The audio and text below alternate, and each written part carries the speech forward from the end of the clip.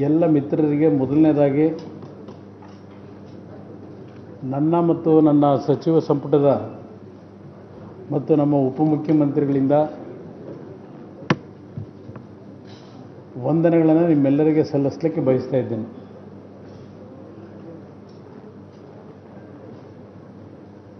ರಾಜ್ಯದಲ್ಲಿ ಚುನಾವಣೆ ನಂತರ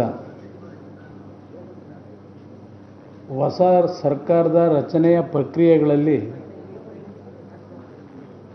ಪೂರ್ಣ ಪ್ರಮಾಣದ ಮಂತ್ರಿಮಂಡಲದ ರಚನೆ ತಡವಾಯಿತು. ಹಲವಾರು ರೀತಿಯ ಆಡಳಿತಕ್ಕೆ ಚಾಲನೆ ಕೊಡ್ತಕ್ಕಂಥದ್ರಲ್ಲಿ ಸರ್ಕಾರ ಇನ್ನೂ ಜವಾಬ್ದಾರಿಯನ್ನು ನಿರ್ವಹಿಸ್ತಾ ಇಲ್ಲ ಅಂತಕ್ಕಂಥ ರೀತಿಯ ಮಾಧ್ಯಮದ ಸ್ನೇಹಿತರ ಕೆಲವು ಮಾಧ್ಯಮಗಳಲ್ಲಿ ಬಂದಂಥ ಹಲವಾರು ರೀತಿಯ ಟೀಕೆಗಳನ್ನು ನಾನು ಗಮನಿಸಿದ್ದೇನೆ. ಇವತ್ತು ಬಹುಶಃ ಮಂತ್ರಿಮಂಡಲದ ರಚನೆಯ ಬಗ್ಗೆ ಪ್ರತಿದಿನ ಭಾಳ ಕಟುವಾದ ಪದಗಳ ಮುಖಾಂತರ ಟೀಕೆ ಮಾಡತಕ್ಕಂಥದ್ದು ಮತ್ತು ತಾವುಗಳೇ ಮಂತ್ರಿಮಂಡಲದ ರಚನೆಯ ಪಟ್ಟಿಗಳನ್ನು ಪ್ರತಿದಿನ ಬಿಡುಗಡೆ ಮಾಡ್ತಾ ಇದ್ದಕ್ಕಂಥದ್ದು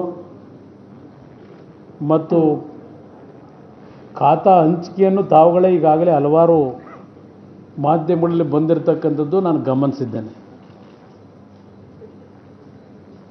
ಮಾಧ್ಯಮದ ಮಿತ್ರರಿಗೆ ನಾನು ಒಂದು ಮನವಿಯನ್ನು ಮಾಡ್ತಕ್ಕಂಥದ್ದು, ಒಂದು ಹೊಸ ಸರ್ಕಾರ ರಚನೆ ಆಗಬೇಕಾದ್ರೆ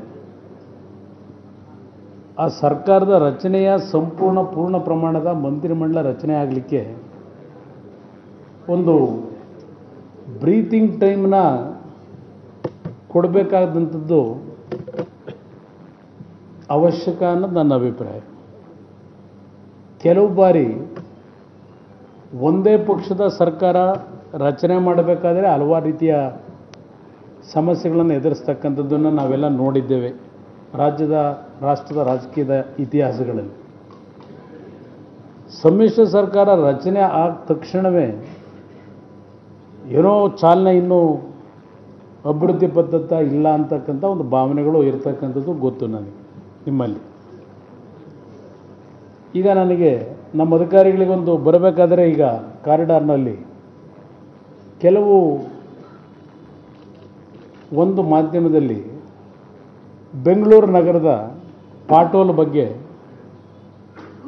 ಈಗಾಗಲೇ ಒಂದು ವಿಷಯ ಪ್ರಸ್ತಾಪ ಆಗ್ತಾ ಇದೆ ಅಂತ ತೋರಿಸಿದರು. ಸರ್ಕಾರ ಪೂರ್ಣ ಪ್ರಮಾಣದಲ್ಲಿ ನಾವು ರಚನೆ ಮಾಡದೇ ಇದ್ದರೂ ಉಪಮುಖ್ಯಮಂತ್ರಿಗಳು ನಾನು ಈ ಸರ್ಕಾರದ ನಾಯಕತ್ವವನ್ನು ವಹಿಸ್ಕೊಂಡ ಮೇಲೆ ಹಲವಾರು ಸಭೆಗಳನ್ನು ಮಾಡಿದ್ದೇವೆ. ತಾವೇನು ಪಾಟೋಲ್ನ ತೋರಿಸ್ತಾ ಇದ್ದೀರಿ, 3 ದಿನಗಳ ಹಿಂದೆ ಬೆಂಗಳೂರಿನ ಮಹಾನಗರ ಪಾಲಿಕೆ ಅಧಿಕಾರಿಗಳ ಸಭೆಯನ್ನು ಮಾಡಿದ್ದೇನೆ. ಈಗಾಗಲೇ ಸುಮಾರು 1,500ಕ್ಕೂ ಹೆಚ್ಚಿನ ಪಾಟೋಲ್ಗಳನ್ನು ಸಂಪೂರ್ಣವಾಗಿ ಮುಚ್ಚತಕ್ಕಂಥದ್ರಲ್ಲಿ ನಗರ ಪಾಲಿಕೆಯಿಂದ ಕೆಲಸಗಳಾಗಿದೆ. ಸುಮಾರು 3,800 ಪಾಟೋಲ್ಗಳು ಇನ್ನೂ ಮುಚ್ಚಬೇಕಾಗಿರ್ತಕ್ಕಂಥ ಮಾಹಿತಿ ಈಗಾಗಲೇ ನಾನು ಪಡ್ಕೊಂಡಿದ್ದೇನೆ ಸರ್ಕಾರದಲ್ಲಿ. ನನ್ನ ಹತ್ರ ಈ ಮಾಹಿತಿಗಳು ಈಗಾಗಲೇ ತೆಗೆದುಕೊಂಡಿರ್ತಕ್ಕಂಥದ್ದೇನಿದೆ ನಿಮ್ಮ ಗಮನಕ್ಕೆ ತರಲಿಕ್ಕೆ ಬಯಸ್ತೀನಿ. ಆ 3,800 ಪಾಟೋಲ್ಗಳನ್ನು ಸುಮ್ಮನೆ ಕಾಟಾಚಾರಕ್ಕೆ ಮುಚ್ಚಲಿಕ್ಕಾಗೋದಿಲ್ಲ. ಒಂದು ಶಾಶ್ವತವಾದಂಥ ರೀತಿಯ ಕೆಲಸಗಳೇನಾಗಬೇಕು ಈಗಾಗಲೇ ಅಧಿಕಾರಿಗಳಿಗೂ ಸೂಚನೆ ಕೊಟ್ಟಿದ್ದೇನೆ. ಇವತ್ತು ರಾಜ್ಯದಲ್ಲಿ ಸಚಿವ ಸಂಪುಟದ ರಚನೆ ಏನಾಗಿದೆ, ನಾನು ಮತ್ತು ಉಪಮುಖ್ಯಮಂತ್ರಿಗಳನ್ನು ಒಳಗೊಂಡಂತೆ 27 ಸಚಿವರು, ಕೆಲವು ಹಿರಿಯ ಸದಸ್ಯರಿದ್ದಾರೆ, ಅನುಭವ ಇರತಕ್ಕಂಥ ಸದಸ್ಯರಿದ್ದಾರೆ, ಕೆಲವರು ಹೊಸದಾಗಿ ಆಯ್ಕೆಯಾದಂಥ ಮೊದಲನೇ ಬಾರಿಗೆ ಮಂತ್ರಿಗಳಾಗಿರ್ತಕ್ಕಂಥ ಸಚಿವರು ಇದ್ದಾರೆ. ಈ ರಾಜ್ಯದಲ್ಲಿ ಮುಂದಿನ ದಿನಗಳು ಪ್ರಾಮಾಣಿಕವಾಗಿ ಉತ್ತಮವಾದಂಥ ರೀತಿಯ ಒಂದು ಆಡಳಿತವನ್ನು ಕೊಡ್ತಕ್ಕಂಥ ನಿಟ್ಟಿನಲ್ಲಿ ಈ ಸರ್ಕಾರ ಜನತೆಯ ವಿಶ್ವಾಸವನ್ನು ಮೂಡಿಸ್ತಕ್ಕಂಥ ನಿಟ್ಟಿನಲ್ಲಿ ಕೆಲಸವನ್ನು ನಿರ್ವಹಣೆ ಮಾಡಬೇಕು ಅಂತಕ್ಕಂಥದ್ದು ನಾವೆಲ್ಲ ಕೂತು ಇವತ್ತಿನ ಔಪಚಾರಿಕವಾದಂಥ ಕ್ಯಾಬಿನೆಟ್ನ ಸಭೆಯಲ್ಲಿ ಚರ್ಚೆ ಮಾಡಿದ್ದೇವೆ. ಸುದೀರ್ಘವಾಗಿ ನಮ್ಮ ಪಕ್ಷದ ಮುಂದಿನ ನಮ್ಮ ಸಮ್ಮಿಶ್ರ ಸರ್ಕಾರದ ಎರಡೂ ಪಕ್ಷಗಳ ಕಾರ್ಯಕ್ರಮಗಳು ಪ್ರಣಾಳಿಕೆಯಲ್ಲಿ ಕೊಟ್ಟಂಥದ್ದು ಯಾವ ರೀತಿಯಲ್ಲಿ ಅನುಷ್ಠಾನಕ್ಕೆ ತರಬೇಕು. ಇವತ್ತು ಪರಸ್ಪರ ನಾವು ಈ ಸಮ್ಮಿಶ್ರ ಸರ್ಕಾರದಲ್ಲಿ ಜನತೆಯ ವಿಶ್ವಾಸವನ್ನು ಯಾವ ರೀತಿ ಗಳಿಸಲಿಕ್ಕೆ ನಮ್ಮ ಮುಂದಿನ ಒಂದು ಸರ್ಕಾರದ ನಡವಳಿಕೆಗಳಿರಬೇಕು ಅಂತಕ್ಕಂಥ ವಿಷಯಗಳನ್ನು ಈಗಾಗಲೇ ಮುಕ್ತವಾಗಿ ಸಭೆಯಲ್ಲಿ ಚರ್ಚೆ ಮಾಡಿ ಈಗ ನಿಮ್ಮ ಮುಂದೆ ಬಂದಿದ್ದೇವೆ. ಮಾಧ್ಯಮಗಳಲ್ಲಿ ಬೆಳಗ್ಗೆ ಬರ್ತಾ ಇರೋದು ನೋಡ್ತಾ ಇದ್ದೇನೆ. ಮಧ್ಯಾಹ್ನ ಸಚಿವ ಸಂಪುಟದ ರಚನೆ ಆದಮೇಲೆ ಏನೋ ದೊಡ್ಡ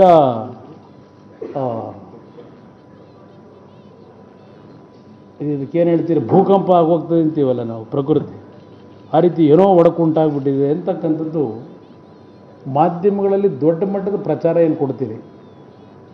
ನಾನು ನಿಮಗೆ ನೆನಪಿಸ್ಕೊಡ್ತೀನಿ, 2008ರಲ್ಲಿ BJPಯ ಸ್ವತಂತ್ರವಾದ ಸರ್ಕಾರ 2008ರಲ್ಲಿ ಅವತ್ತು ಕೆಲವು ಭಾಗದಲ್ಲಿ ಮಂತ್ರಿಗಳನ್ನು ಮಾಡಲಿಲ್ಲ ಅಂತೇಳಿ ಸರ್ಕಾರದ ವಾಹನಗಳನ್ನು ಸುಟ್ಟರು, ಬಸ್ಗಳನ್ನು ಸುಟ್ಟಂಥ ಘಟನೆ ಏನಿದೆ ಕೆಲವರು ಮರ್ತಿದ್ರೆ ನೆನಪಿಸ್ಕೊಡ್ತೀನಿ ನಿಮಗೆ. ಸಚಿವ ಸಂಪುಟದ ರಚನೆ ಆಗಬೇಕಾದರೆ ಇತ್ತೀಚಿನ ದಿನಗಳಲ್ಲಿ ಸ್ವಲ್ಪ ಭಾವೋದ್ವೇಗದಲ್ಲಿ ಕೆಲವರು ಅಭಿಮಾನಿಗಳು ಪ್ರತಿಭಟನೆ ನಡೆಸ್ತಕ್ಕಂಥದ್ದು ಸಹಜ.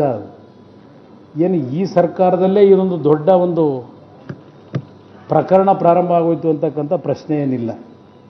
2008ರಲ್ಲಿ BJPಯ ಸರ್ಕಾರ ರಚನೆ ಆದಾಗ ಆನೇಕಲ್ನಲ್ಲಿ ಏನಾಯಿತು, ಹುಬ್ಬಳ್ಳಿ ಧಾರವಾಡದಲ್ಲಿ ಏನಾಯಿತು, ಹೀಗೆ ಹಲವಾರು ಕಡೆ ನಡೆದಂಥ ಹಾವೇರಿಲಿ ಏನಾಯಿತು, ಇದೆಲ್ಲ ನಮ್ಮ ಕಣ್ಣು ಮುಂದೆ ಇದೆ. ಯಾವುದೂ ನಾನು ಮರ್ತಿಲ್ಲ. ನಾನು ಈ ಸರ್ಕಾರದಲ್ಲಿ ಎಲ್ಲ ರೀತಿಯ ಎಲ್ಲರನ್ನೂ ವಿಶ್ವಾಸಕ್ಕೆ ತೆಗೆದುಕೊಂಡು ಹೋಗೋದ್ರ ಮುಖಾಂತರ ನಮ್ಮ ಸರ್ಕಾರ ಸುಭದ್ರವಾದಂಥ ಸರ್ಕಾರವನ್ನು ಮುಂದಿನ 5 ವರ್ಷಗಳಿಗೆ ಕೊಡ್ತಕ್ಕಂಥದ್ದು ನಮ್ಮೆಲ್ಲರ ಜವಾಬ್ದಾರಿ ಏನಿದೆ. ಆ ಜವಾಬ್ದಾರಿಯನ್ನು ಸರ್ಕಾರ ಪಾಸಿಟಿವ್ ಡೈರೆಕ್ಷನಲ್ಲಿ ಹೋಗೋದ್ರ ಮುಖಾಂತರ ಮುಂದಿನ ದಿನಗಳಲ್ಲಿ ಪರಿಣಾಮಕಾರಿಯಾಗಿ ಕೆಲಸವನ್ನು ನಿರ್ವಹಣೆ ಮಾಡ್ತೀವಿ ಅಂತಕ್ಕಂಥದ್ದನ್ನು ನನ್ನ ಎಲ್ಲ ಮಾಧ್ಯಮದ ಮಿತ್ರರಿಗೆ ತಿಳಿಸ್ಲಿಕ್ಕೆ ಬಯಸ್ತಾ ಇದ್ದೇನೆ.